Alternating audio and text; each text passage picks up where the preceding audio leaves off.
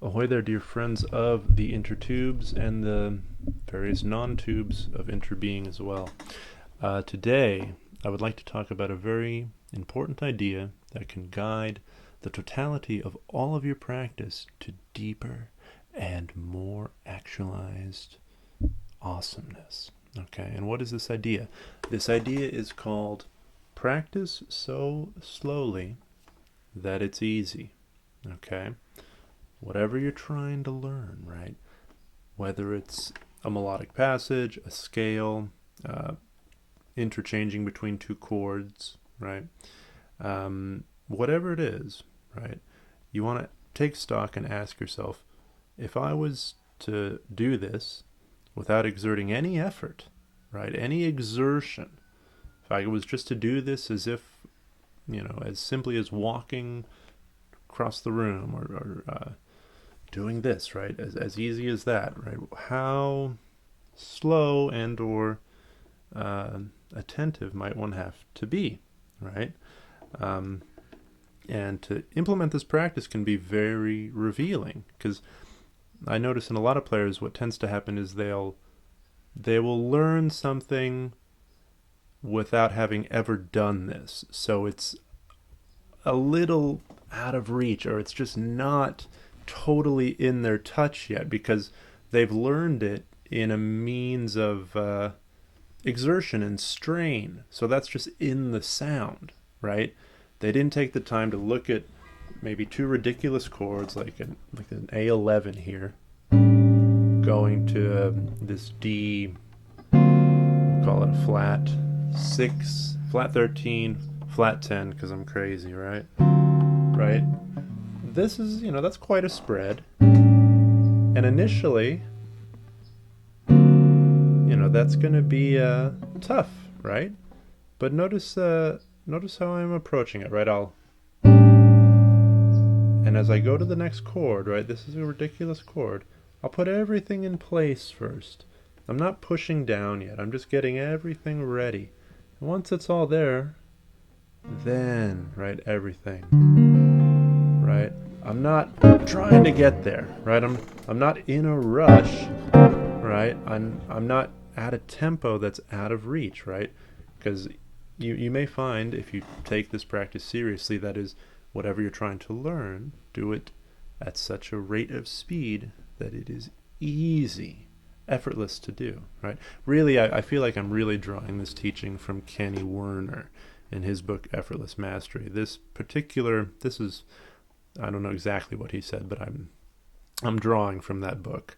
And I just remember that practice because it works, right? When we take a complicated phrase or exercise and practice it at virtually in slow motion sometimes, right? If it's, some chords, some melodic phrases, right? You have to go more than half speed or less than half speed. You got to go down in speed, quarter speed, eighth of your speed, a 16th even, like micromanaging.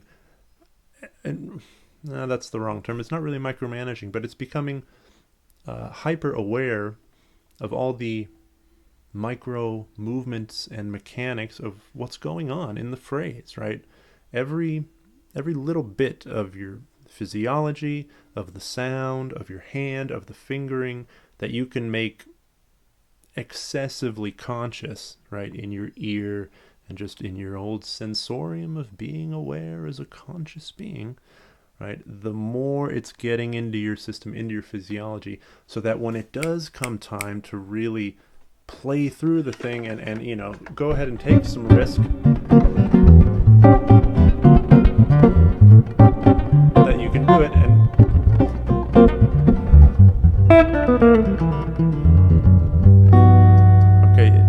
so yeah, you gotta go.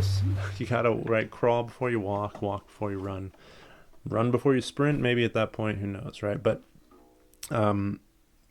especially with more complicated stuff like some Ted Greene, chordal arrangements or whatever it is, some Bach, right?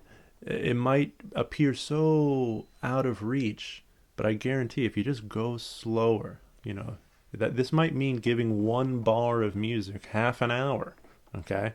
If you go slower, so slow that it's easy to play, to understand, right? To get a sense of what is this, both in terms of harmonic theory and just what is it in your hand, what is it in the air, in your ear, in the space, right? So slow, it's easy. Now I'm gonna kind of demonstrate. I've been learning this new Ted Greene. Well, it's not a new Ted Greene piece, but it's new to me. And some of these chords are ridiculous. So I'm literally going through it at a tempo like this, even slower.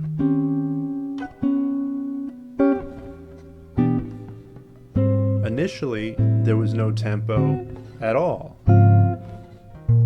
It was just rubato and so slow that I could get to these chords, right? And I'm still learning, making my way through this thing, right? But so slowly that it's easy, so that eventually these absurd shapes are, you know, the same way you grab a cowboy chord, right? You don't have to think about that, right? We can reach this level of fluency in more, more ridiculous arrays of the fingers on the fretboard, more ridiculous harmonies. But just remember to really take your time with it. Give your ears and your hands time to be with these sounds, as opposed to feeling like you gotta get there, right? You gotta run, and go, and fast as fast. It's a paradox. If you take a challenging passage or a piece and you play it 20 times extremely slowly, meticulously, observing every maneuver of the finger to finger, how chords move, where does the pinky go from here to here you do that 20 times, the speed just comes organically and surprisingly, right? Then once you can do it effortlessly, this is the time to up the speed, to bring in the metronome, to get it up to tempo, whatever that tempo may be, right?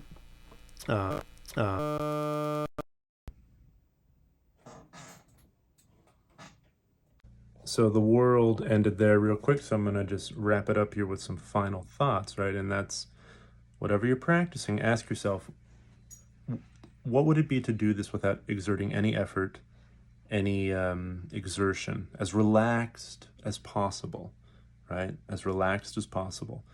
Okay, this will mean slowing everything down, then eventually speed will come, and you'll play with, okay, what speed, how fast can I get and still be completely relaxed, right? And you practice like this for a while, and then play, then go for it, right? People just start to go for it out of the gate, right? I always relate things to Steph Curry. They just start shooting threes, because why not, right? No, we gotta start slow and small and near the rim, right? Effortless. Then, when you really go for it, it will be effortless. All right, that's it for now. Adios.